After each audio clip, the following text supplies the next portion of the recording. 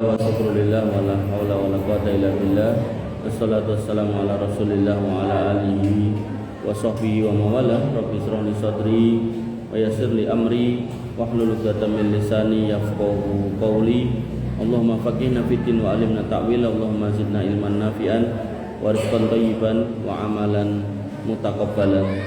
Amma ba'du, Bapak Ibu yang dirahmati Allah, alhamdulillah kita bisa bertemu lagi dalam rangkaian sholat berjamaah yang dilanjutkan dengan majelis ilmu dalam rangkaian pembahasan kitab Tauhid, dan kita sampai di pasal atau bab yang ke-38 dengan judul taklid buta kepada ulama dan penguasa. Dari judulnya aja berarti kita tidak boleh taklid buta kepada siapapun. Nah, Bapak Ibu yang dirahmati oleh Allah Subhanahu wa taala, taklid bahkan buta itu adalah menerima pendapat seseorang tanpa mengetahui dasarnya, tanpa menimbang kebenarannya dengan petunjuk yang ada. Bahkan sebagian orang ketika petunjuknya ditunjukkan, iki lho ayate, iki lho dalile, tetap menolak, maka itu jelas taklid buta. Kula contoni. Ada orang yang mengagungkan orang mati. Orang matinya dikuburkan di sebuah pemakaman atau kuburan, yang kuburannya dibangun kijingnya, dibangun rumah-rumahannya, bahkan masjid di kampung itu nggak lebih baik daripada kuburan itu. Terus nopo kijinge diparingi kembang sing dironce-ronce, terus dan kuburane niku dikai foto piyaine gede-gede, terus dikai lampu gede banget gitu. Dan mereka berkumpul di situ membacakan bacaan-bacaan yang hampir mayoritasnya tidak tahu itu isinya apa. Nah, ketika dijelaskan, satu, Nabi melarang pakai kijing. Artinya kalau dijelaskan itu keliru, maka mereka bertanya, lah dalilnya apa? Satu, Nabi melarang kuburan pakai kijing, itu sudah bertentangan. Terus yang kedua, Nabi melarang, ini tentang adab-adab kuburan. Yang kedua, Nabi melarang kuburan diparingi lampu, kuburan kayak padang-padangan itu tenang sal. Kemudian yang ketiga, Nabi melarang membangun bangunan di atas kuburan. Kemudian yang keempat, Nabi melarang menjadikan kuburan tempat berkumpul. Kemudian yang kelima, Nabi melarang memuji-muji orang berlebih-lebihan dengan sanjungan-sanjungan yang tidak pada tempatnya. Maka niki baru kula melisankan 5 hal. Mungkin nek dicari pakai dalil bener mungkin bisa sampai 10 hal yang mana itu bertentangan dengan praktek yang dilakukan. Makanya saya hakul yakin walaupun matur nuwun jazakallahu ya. Walaupun mereka menyebut dirinya cucu-cucu Nabi, maka itu bertentangan dengan ajaran nenek moyangnya, kakeknya. Napa melih nek di tes DNA malah merucut gitu. Jadi DNA-nya Nabi niku haplogrup J nek mboten klendu. Mereka itu G. Padahal jarak dari G, H, I, J, G ke H itu butuh waktu 3.000 atau 4.000 tahun. Sehingga mereka itu jelas bukan keturunan Nabi SAW dari sisi DNA secara keilmuan. Dan dalam bidang ilmu DNA itu sudah ada 24 orang yang dapat Nobel. Berarti ilmunya itu ilmu yang terkoreksi terus, ilmu yang selalu selalu diperhatikan sama orang, bukan ilmu sing waton dadi ngoten. Makanya Bapak Ibu dirahmati oleh Allah Subhanahu wa taala, taklid buta terhadap ulama.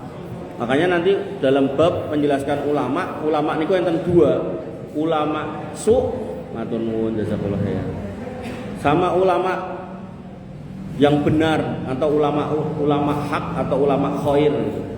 Maka Bapak Ibu dirahmati oleh Allah Subhanahu wa taala, di sini dituliskan barang siapa yang mentaati ulama dan penguasa dalam mengharamkan perkara yang telah halal dan menghalalkan perkara yang sudah diharamkan, maka dia telah menjadikan mereka sebagai rob-rob selain Allah.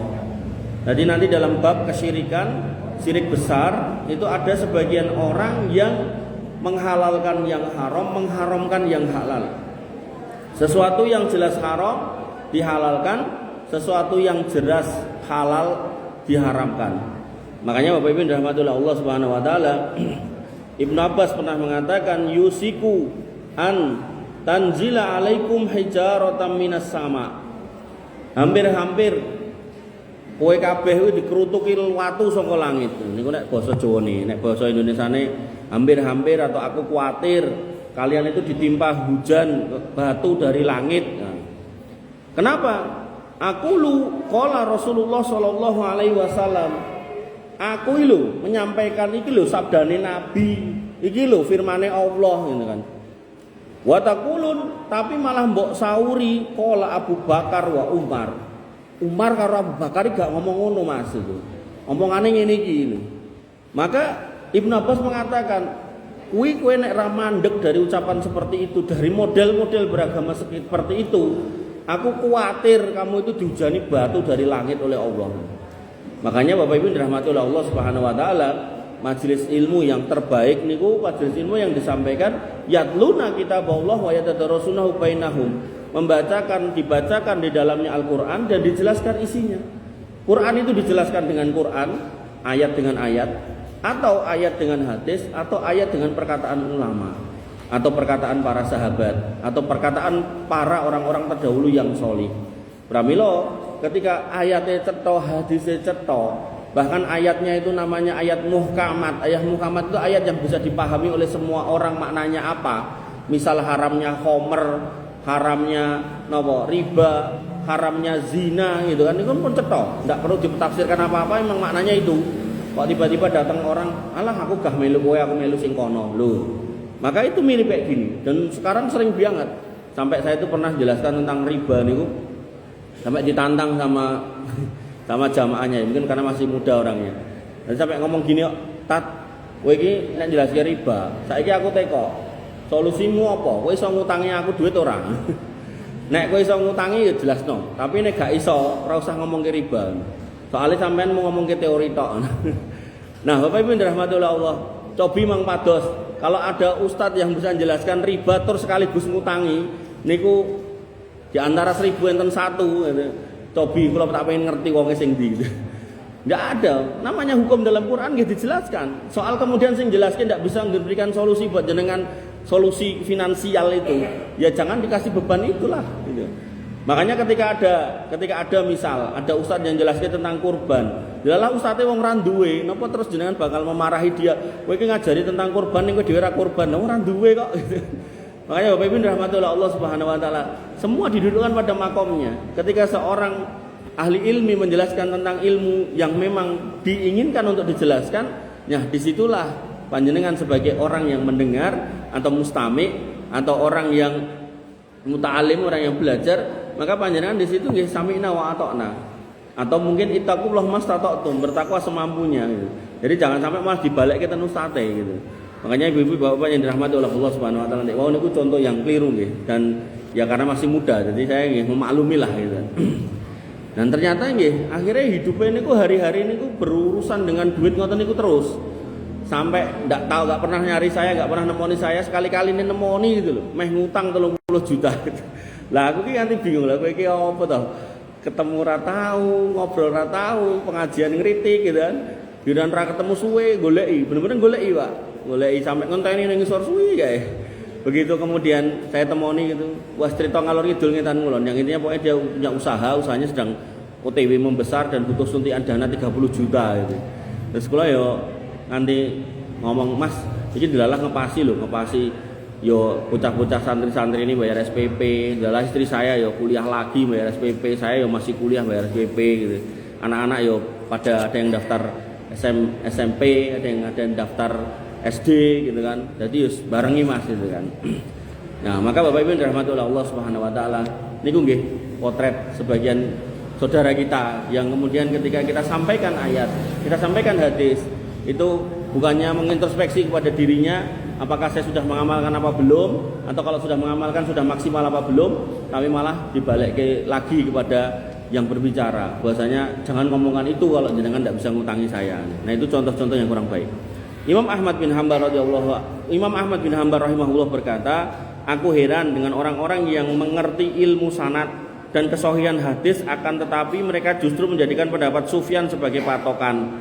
Padahal Allah Subhanahu wa taala berfirman, wal yahdaril ladzina yukhalifuna an amrihi an tusibahum fitnatun aw yusibahum adzabun alim. Maka hendaklah orang-orang yang menyalahi perintahnya takut akan ditimpa fitnah atau ditimpa siksa yang pedih. Bapak Ibu yang dirahmati oleh Allah Subhanahu wa taala. Di sini Imam Ahmad memberikan analogi perbandingan. Aku itu heran sama orang yang mengerti ilmu sanad, ilmu hadis. Ngerti hadis sahih yang mana, ngerti hadis yang baik yang mana, tapi malah hadisnya disingkirkan dan dia memilih untuk berpendapat dengan pendapat Sufyan. Sufyan ini maksudnya sinten? Sufyan Ats-Tsauri. Bukan berarti Sufyan Ats-Tsauri orang jelek, bukan. Maksudnya gini, mungkin pada waktu Sufyan Ats-Tsauri berpendapat bisa jadi beliau tidak tahu hadis yang terkait dengan tema itu atau masalah itu. Maka beliau ditanya pendapatnya apa, beliau menjawab A gitu. Nah, begitu kemudian ditanya kepada Imam Ahmad jawabnya pakai dalil. Nah, kemudian orang yang dijawab malah mengatakan aku mau ngrungokke kowe, aku tak ngrungokke pendapatnya Sufyan Ats-Tsauri aja. Nah, disitulah Imam Ahmad bin Hanbal itu bingung atau kaget atau heran. Loh, piye to iki? Tekok dan dijawab dalile enek kok malah golek candaan liya gitu. Nek memang niat golek candaan liya lo ngapain nanya? Apalagi beliau menjawabnya dengan menggunakan dalil. Makanya Bapak Ibu dirahmati oleh Allah Subhanahu wa taala, hari ini ada seorang dosen ilmu Al-Quran dan tafsir, dia ngerti ilmu hadis, mustalah hadis, dia paham hadis sahih itu apa, hadis hasan itu apa, hadis dhaif itu apa, hadis palsu itu apa, hadis apa namanya yang tidak benar dari Nabi SAW itu yang mana, dia paham. Tapi justru dia sibuk dengan hadis-hadis yang tidak sahih itu. Bahkan kemana-mana dia mengatakan atau menjelaskan tentang mimpinya yang ketemu dengan Allah. Padahal dia tahu bahwasanya kita itu tidak akan melihat Allah kecuali nanti hari kiamat. Dalilnya sahih. Nabi SAW bersabda, "Innakum satarawna rabbakum yaumal qiyamah." Kamu semua akan melihat Allah nanti hari kiamat. Kama tarawnal qamara fi lailatul badr, sebagaimana kamu melihat bulan di malam bulan purnama, maaf. Sehingga Bapak Ibu dirahmati oleh Allah, seorang guru tafsir pasti ngerti hadis itu, tidak mungkin enggak ngerti. Bahkan nanti di dalam Al-Quran dikatakan orang-orang kafir wa innahum lamahjubun. Mereka orang-orang kafir itu tidak bisa melihat Allah Subhanahu wa taala di akhirat. Bahkan di dunia enggak bisa lihat. Termasuk kisah tentang Musa. Bagaimana Musa alaihissalam minta supaya melihat Allah dalam rangka untuk membuktikan kepada kaumnya kalau Allah itu bisa ditemui di dunia. Tapi Allah pun mengatakan nek gunung itu enggak hancur karena sinarku, cahayaku, maka berarti kowe iso ndelok aku. Maka begitu Musa melihat gunung itu, gunungnya hancur, Musa pun istighfar. Ini menunjukkan bahwasanya Allah itu tidak bisa dilihat di dunia. Tapi orang ini sibuk pengen diakoni, pengen disebut namanya, pengen dipuji dan dipuja sebagai orang yang alim, orang yang sholih, bahkan orang yang bisa melihat dan berkomunikasi dengan Allah. Naudzubillah. Awalnya cerita ngimpi ketemu Allah, jamaahnya tambah banyak, terus meningkat, bukan ngimpi lagi, ketemu dalam kondisi melek. Jadi luwih ampuh tinimbang Nabi Musa. Padahal Nabi Musa, wa kallama Allahu Musa taklima. Musa itu cuma diajak ngobrol, tapi tidak bertemu secara lihat-melihat gitu, enggak. Makanya Bapak Ibu dirahmati oleh Allah Subhanahu wa taala, ini contoh. Dan hari ini banyak ngoten niku.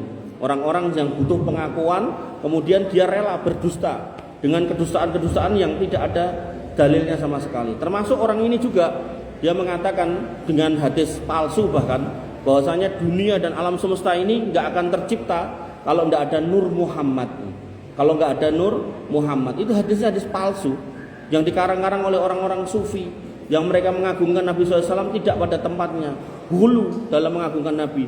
Maka orang-orang yang seperti ini sibuk dengan hadis-hadis yang seperti itu, padahal ada hadis-hadis sahih, ada dalil-dalil yang lebih baik yang bisa dijelaskan kepada umat untuk membentengi umat dari kesyirikan, tapi malah diajari yang aneh-aneh seperti itu. Makanya ikhwani fillah azani Allah wa iyyakum, di sini Imam Ahmad itu sampai heran sama orang-orang yang seperti itu. Kemudian, apakah engkau mengetahui maksud fitnah dalam ayat di atas? Ayat tadi kan mengatakan, maka hendaklah orang-orang yang menyalahi perintah Allah takut akan ditimpa fitnah atau ditimpa azab yang pedih. Maka fitnah yang dimaksud di situ adalah fitnah kesyirikan. Kenapa kok fitnah kesyirikan? Karena orang yang mentaati manusia dan konteks ketaatannya adalah menghalalkan yang haram, mengharamkan yang halal, itu berpotensi mengunggulkan manusia daripada Allah Subhanahu wa taala. Nanti ada dalilnya lagi. Nah, termasuk di dalam Al-Qur'an dikatakan bahwasanya al-fitnatu asyaddu minal qatl, maka fitnah yang dimaksud dalam ayat itu adalah fitnah kesyirikan. Artinya dosa kesyirikan di mata Allah Subhanahu wa taala itu lebih besar daripada dosa membunuh.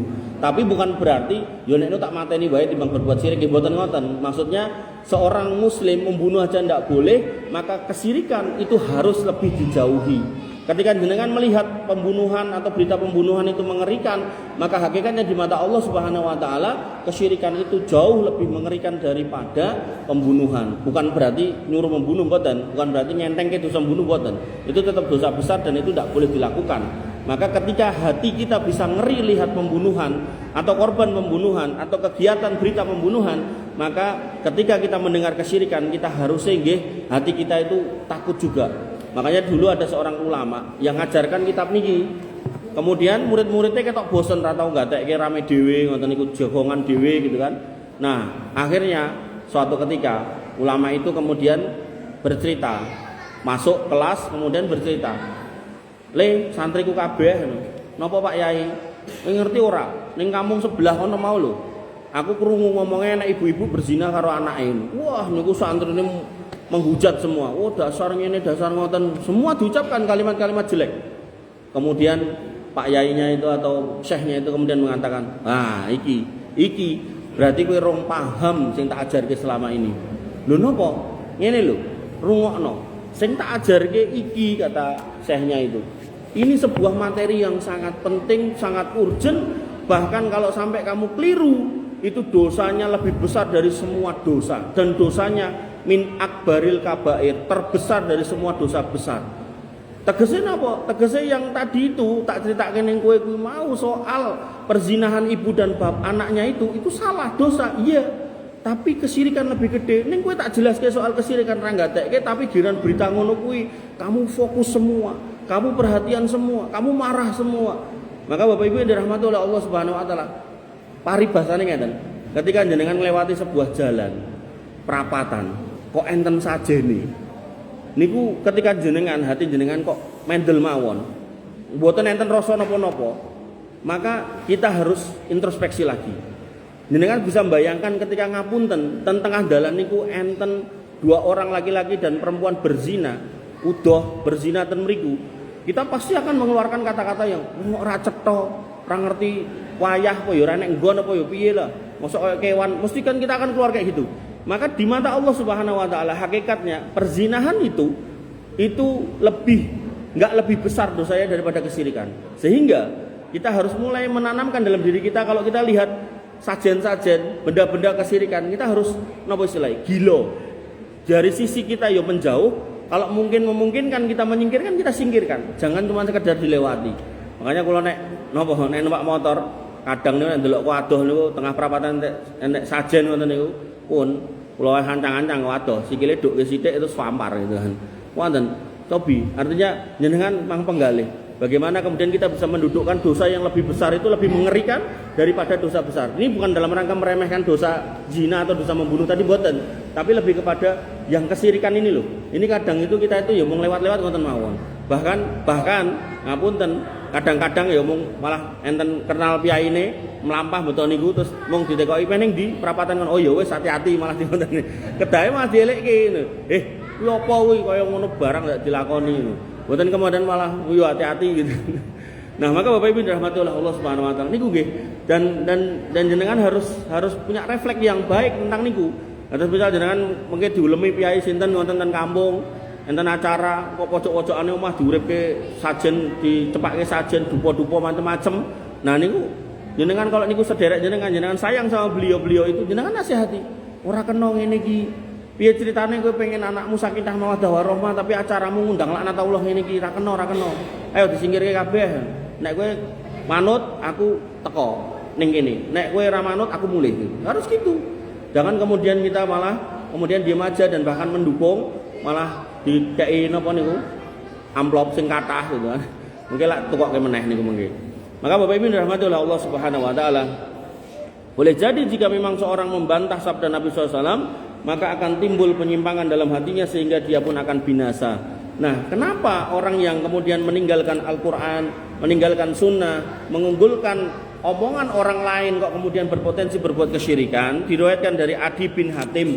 Adi bin Hatim ini sahabat Nabi yang dulu itu Nasrani. Setelah masuk Islam niku jek seneng nganggo kalung salib, jek tersih dinggo.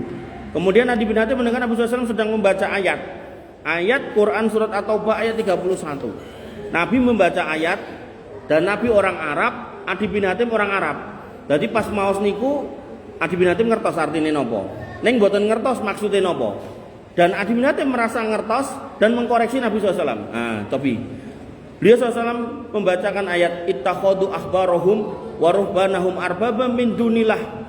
Mereka orang-orang Nasrani menjadikan orang-orang alim mereka, tokoh-tokoh mereka, rahib-rahib mereka sebagai rob-rob selain Allah, sebagai Tuhan-Tuhan selain Allah.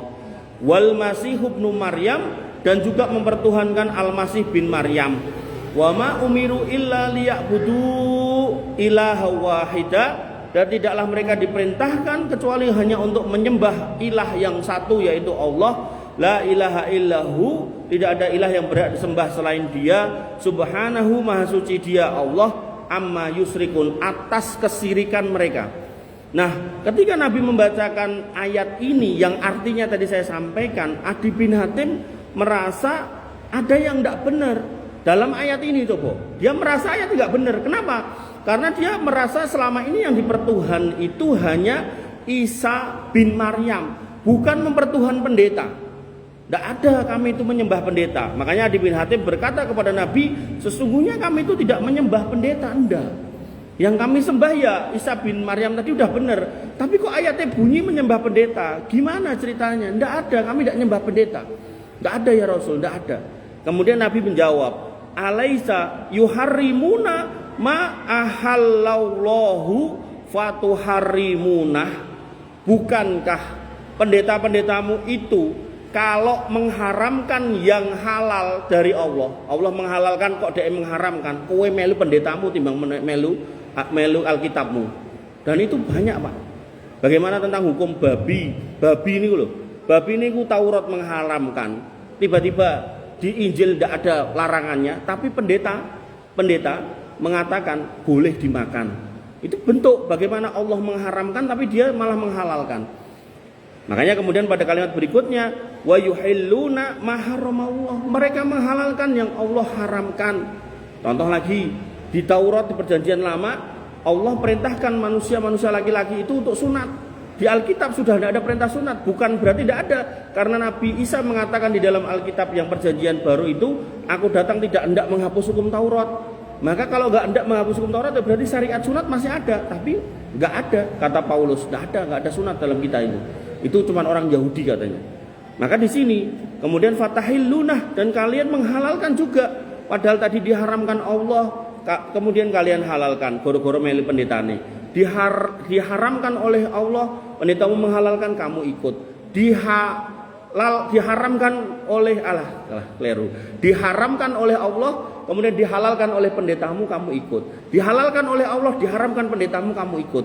Nah, itu bentuk kesyirikannya. Nabi bertanya, fakultu, kata Adi bin Hatim, bala qala fatilka ibaduhum. Betul, nek memang niku yang dimaksud ayat tadi, ya mereka orang-orang Nasrani itu memang seperti itu modelnya. Termasuk Pak di Perjanjian Lama, niku kita pejik siji loh, ditenteng-tenteng niku siji, Perjanjian Lama, Perjanjian Baru. Di Perjanjian Lama itu jelas-jelas dikatakan yang namanya patung itu tidak boleh. Tapi mereka hanya ngerti patung sak embuh-embuh. Makanya gereja besar itu kan terbagi tiga. Ada gereja ortodok yang mengklaim sebagai gereja paling tua, nanti ada Katolik Roma, kemudian ada Protestan. Dan dari semua tiga ini itu terpecah menjadi sekitar, kalau nggak salah, sekitar 100.000 atau 500.000 denominasi. Denominasi ini kan nek bosone wong Islam itu aliran gitu. Nah, jenengan aja milih sing pundi bingung gitu. Makanya kalau ada sufi saja itu sudah 1.000 thariqah. Maka niki Nasrani lebih banyak dari itu, minimal 100.000 denominasi gereja. Dan niku gereja besar ini tiga itu, ortodok, kemudian Katolik Roma, kemudian Kristen Protestan. Maka Bapak Ibu yang dirahmati oleh Allah Subhanahu wa taala, ketika kita membaca ini tadi, maka kita akan memahami bahwasanya ulama ataupun umara boleh diikuti ketika tidak bertentangan dengan Allah dan Rasulnya. Dalam rangka nunggu sampai Isya, nah saya tambahi materinya. Bapak Ibu yang dirahmati oleh Allah Subhanahu wa taala, Ibnu Qayyim al-Jauziyah berkata, la yajuzu li ahadin ayyataqallada qaula ghairihi bila bayyinatin wala dalilin. Tidak halal bagi siapapun untuk mengikuti pendapat orang lain tanpa bukti dan tanpa dalil. Artinya, kalau panjenengan majelis ilmu, pastikan yang menyampaikan ilmunya itu intinya A dalilin niki, B dalilin niki, C dalilin niki. Ketika itu yang beliau sampaikan dalam majelisnya, berarti niki pengajar yang hati-hati. Tapi nek ngecuprus ngalor ngidul ngetan ndagel suwi sejam rong jam ndak ada dalilnya satu pun kecuali mengguyang-guyu ngakak-ngakak, maka jenengan harus hati-hati. Khawatirnya kebanyakan ketawa bisa mematikan hati. Bapak Ibu yang dirahmati oleh Allah Subhanahu wa taala. Kemudian di dalam Quran surat At-Taubah tadi disebutkan bahwasanya sebagian orang-orang Yahudi, mayoritas orang-orang ahli kitab khususnya Nasrani, mereka menjadikan pendeta-pendeta mereka sebagai Tuhan selain Allah Subhanahu wa taala. Nah, Ibnu Katsir menafsirkan ayat itu dengan berkata, atauhum fi tahlili ma haramallah wa tahrimi ma ahalallahu fatilka ibatuhum lahum. Bahwasanya mereka itu mentaati ulama-ulama dan rahib-rahib mereka dalam menghalalkan apa yang Allah haramkan dan mengharamkan apa yang Allah halalkan. Itulah bentuk ibadah mereka kepada manusia. Makanya yang tadi di depan saya contohkan Habib-habib itu juga sama, mirip. Bagaimana kemudian persamaannya? Bahwasanya mereka bertawasul pada orang-orang yang mati dan mereka mengatakan ini ruh orang yang mati ini, wali fulan ini itu dekat dengan Allah Subhanahu wa taala. Maka kalau kita mau jujur, ruh yang paling dekat dengan Allah Subhanahu wa taala itu ruh Nabi kita Muhammad sallallahu alaihi wasallam. Makamnya masih ada di Madinah. Bahkan kiri kanannya itu makam sahabat terbaiknya yaitu Abu Bakar dan Umar bin Khattab radhiyallahu anhuma. Tapi Bapak Ibu yang dirahmati oleh Allah Subhanahu wa taala, ketika Ali bin Abi Thalib punya masalah, Utsman bin Affan punya masalah, dan khalifah-khalifah setelahnya punya masalah, namanya politik negara itu punya ada masalah, mesti pemberontakan lah segala macam.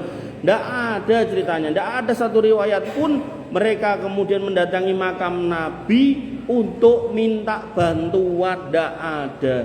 Mereka datang kepada para ulama-ulama, orang-orang alimnya. Bahkan ketika Umar bin Khattab, pada masa Umar bin Khattab terjadi paceklik, beliau tidak mendatangi makam Nabi. Yang dicari adalah Abbas bin Abdul Muthalib, pamannya Nabi. Beliau mengatakan, wahai Abbas, mintalah kepada Allah hujan, karena kamu adalah keluarga Nabi SAW. Maka yang diminta tawasul yang benar itu adalah tawasul kepada orang yang hidup, bukan orang yang mati. Pramila ketika panjenengan berdoa kok ngersake dongane jenengan niku kabul, mang cari orang-orang yang jenengan yakini doanya itu kabul, yang hidup boten yang mati. Makanya Bapak Ibu dirahmati oleh Allah Subhanahu wa taala, tadi ten kantor niku enten diskusi soal sunan napa nggih? Sunan Pandalarang napa-napa ngoten. Terus bisa berbuat niki napa kalih niku.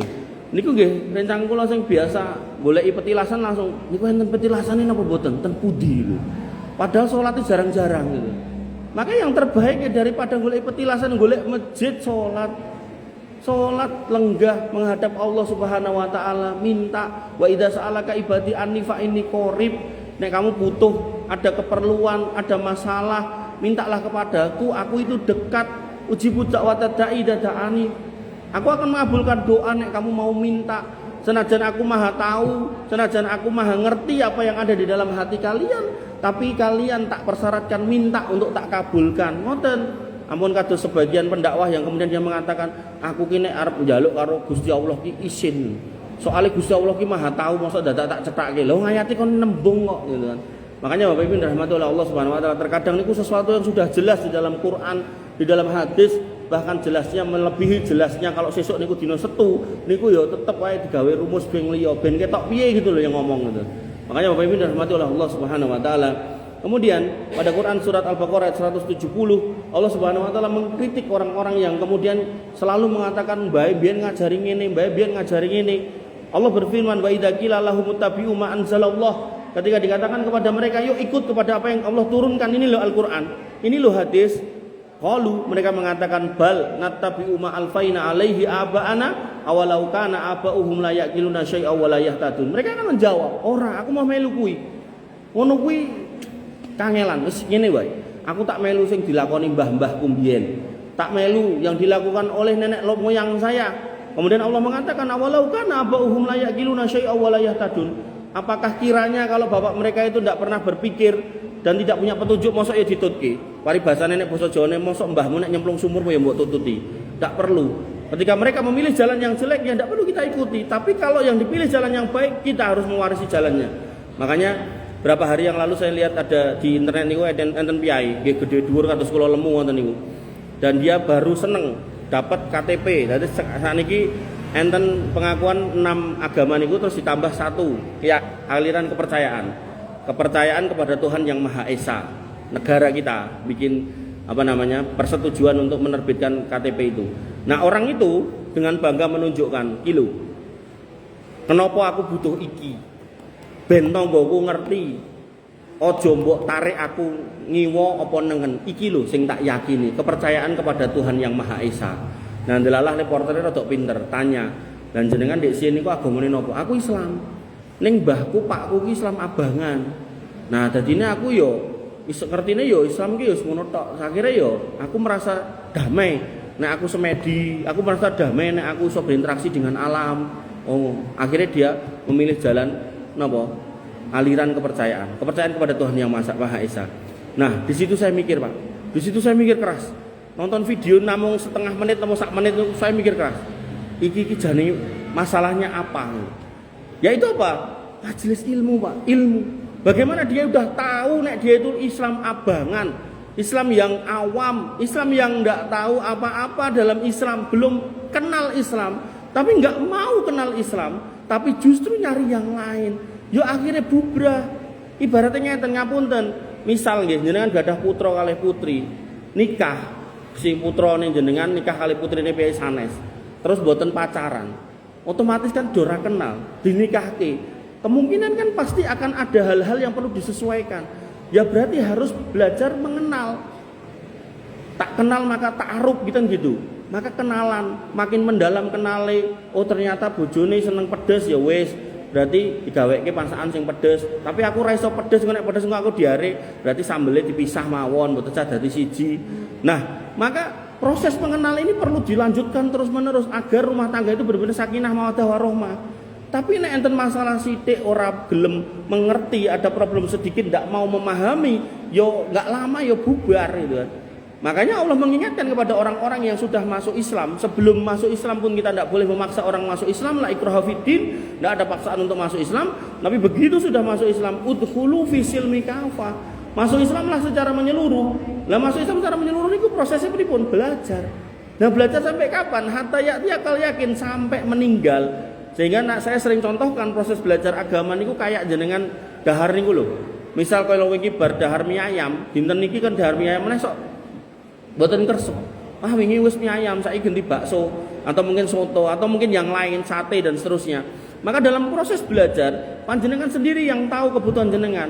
Ketika jenengan misal nggih, jenengan paham nek jenengan niku harus sholat sehari 5 waktu, tapi jenengan belas rong tahu belajar fikih sholat, maka aku yakin jenengan tuh harus belajar fikih sholat.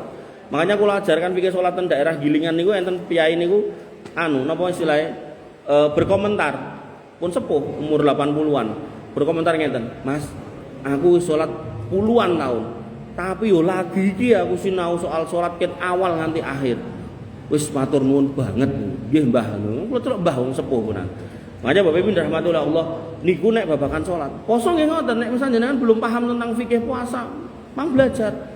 Nek pada akhirnya ada pertanyaan, mang tanya, fasalu ahla dzikri in kuntum la ta'lamun. Jangan menikmati ketidakfahaman, ndak mau belajar, akhirnya ndak ngerti, akhirnya walah timbang aku ora ngerti, mendingan aku tak rono wae. Makanya mereka tadi yang aliran kepercayaan tadi itu punya slogan gini, kami ndak punya kitab suci, tapi kitab suci kami adalah alam semesta.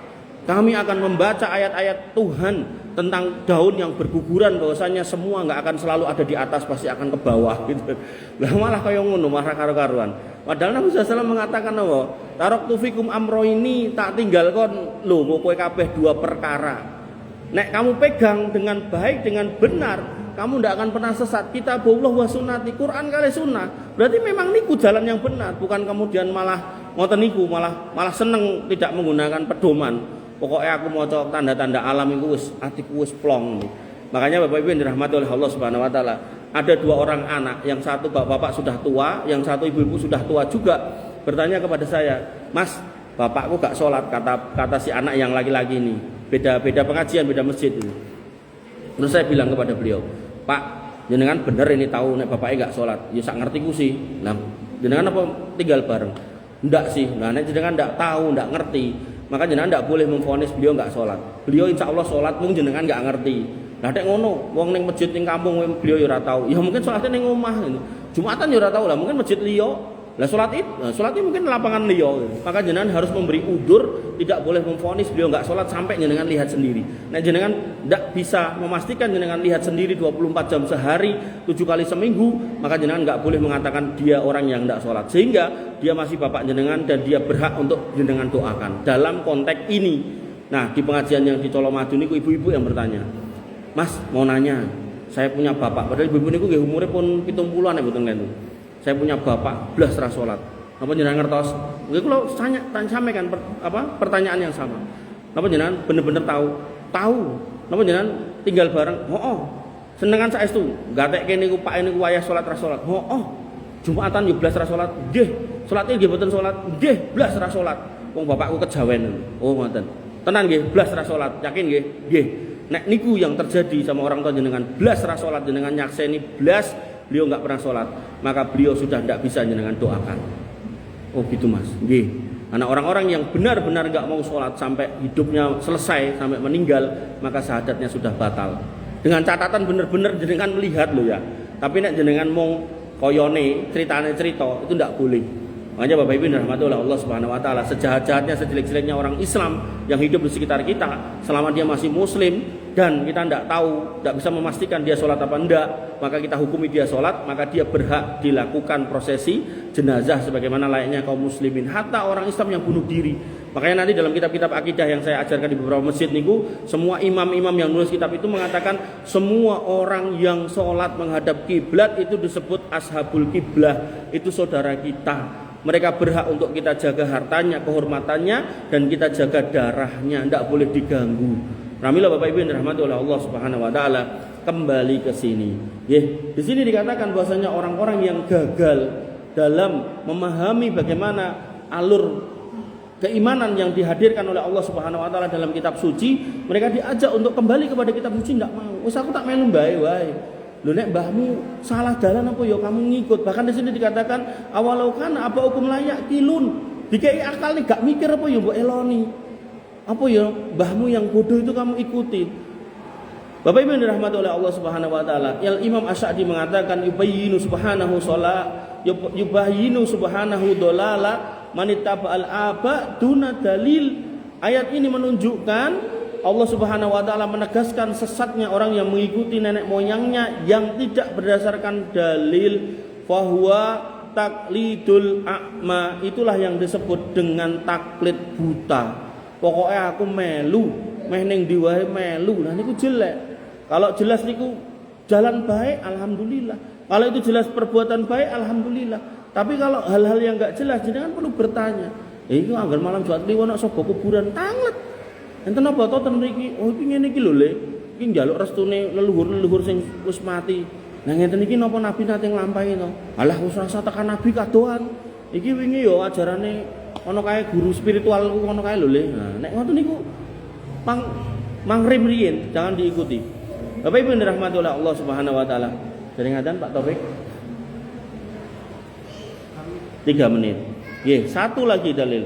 Disebutkan pada Quran surat Az-Zukhruf ayat 23 tentang pemimpin-pemimpin yang sombong dan hidup mewah, maka kita juga tidak boleh mengikutinya. Wa kadzalika ma arsalna min qablika min qaryatin min nadirin illa qalu mutrafuha inna wajadna aba'ana ala ummatin wa inna ala atharihim muqtadun. Dan demikianlah kami tidak mengutus sebelum engkau seorang pemberi peringatan ke satu negeri, melainkan orang-orang yang hidup mewah di negeri itu berkata, sesungguhnya kami mendapati nenek moyang kami menganut agama-agama dan kami mengikuti jejak mereka. Al-Imam Al-Qurtubi mengatakan taklidu sababu kullu dolalin wa bihi halakul mutarafun. Taklid adalah sebab segala kesesatan dan karena itulah orang-orang hidup bisa binasa. Nah, pada ayat ini Bapak Ibu yang dirahmati oleh Allah Subhanahu wa taala, disebutkan bahwasanya orang itu tidak mau menerima hidayah karena yang membawa hidayah ini bukan orang yang kaya. Jadi dia kemudian delok, iki sing ngomong sapa to? Oh, ustaz to. Ustaznya numpak apa? Oh, numpak pit ontel, sendalnya jepit, lambine lusuh. Maka dia pun mengatakan, "Enggak, aku enggak mau ikut kamu. Aku tak ikut ini loh, nenek moyang pemimpin-pemimpin kami ini. Yang nyatanya faktanya membuat kami ini kaya, rumah mewah segala macam. Kamu enggak, sorry, maaf." Padahal Bapak Ibu yang dirahmati oleh Allah, tadi yang saya contohkan di depan, seorang pendakwah niku ya cuman berdakwah. Soal kemudian dia enggak bisa ngutangin jenengan, dia enggak bawa mobil, dia enggak bawa pakaian yang bagus, dia enggak bawa kendaraan yang bagus, itu bagian dari rizki Allah yang dia terima dan dia bersabar di situ. Jangan pernah jenengan hukumi isi kontennya dengan dunia. Ndak bisa. Mesake. Nah, enten usah di ngoten ngene iku mesake. Pramila Bapak Ibu dirahmati oleh Allah, akhirnya sebagian kaum muslimin niku seneng kalau yang datang niku pendakwa-pendakwa sing sugih, sing ganteng, sing putih, sing artis gitu kan. Nah, walhasil ndak dapat apa-apa, ilmunya ndak ada. Akhirnya napa entuk-entukane niku pendakwa-pendakwa sugih niku. Pak, ayo Pak, betul kunci STNK, taruh sini Pak. Nanti nek jenengan sedekah kanten mriki, mungkin langsung dibalik karo Gusti Allah 10 kali lipat. Ayo ibu-ibu yang bawa ali-ali gelang kalung tolong dilepas, nanti dibalikke 10 kali lipat. Kan ngoten niku entuk-entukane. Makanya Bapak Ibu dirahmati oleh Allah Subhanahu wa taala, dakwah tidak bisa nggih ditukar dengan dunia atau kemudian ditransaksikan dengan dunia atau dibanding-bandingkan dengan dunia. Selama seorang pendakwa, seorang ustadz pengajar menyampaikan ini ayatnya, ini hadisnya, maknanya seperti ini, halal haramnya di sebelah sini, syariatnya sebelah sini, maka insya Allah beliau ini orang-orang yang baik. Tinggal panjenengan mengistiqomai apakah panjenengan bisa menjalankan atau menjalankan semampunya. Wabillahi mengatakan Bapak Ibu yang dirahmati oleh Allah Subhanahu wa taala, semoga menjadi ilmu yang bermanfaat buat panjenengan semua, khususnya saya juga, agar terus istiqomah di jalur tauhid ini, jangan sampai menyimpang, karena penyimpangan dalam bab tauhid ini menjadikan masalah yang besar di akhirat. Kurang lebihnya saya mohon maaf. Wa'alaikum subhanakallahumma bihamdika asyhadu an la ilaha illa anta astaghfiruka wa atubu ilaik. Assalamualaikum warahmatullahi wabarakatuh. Allahu Akbar.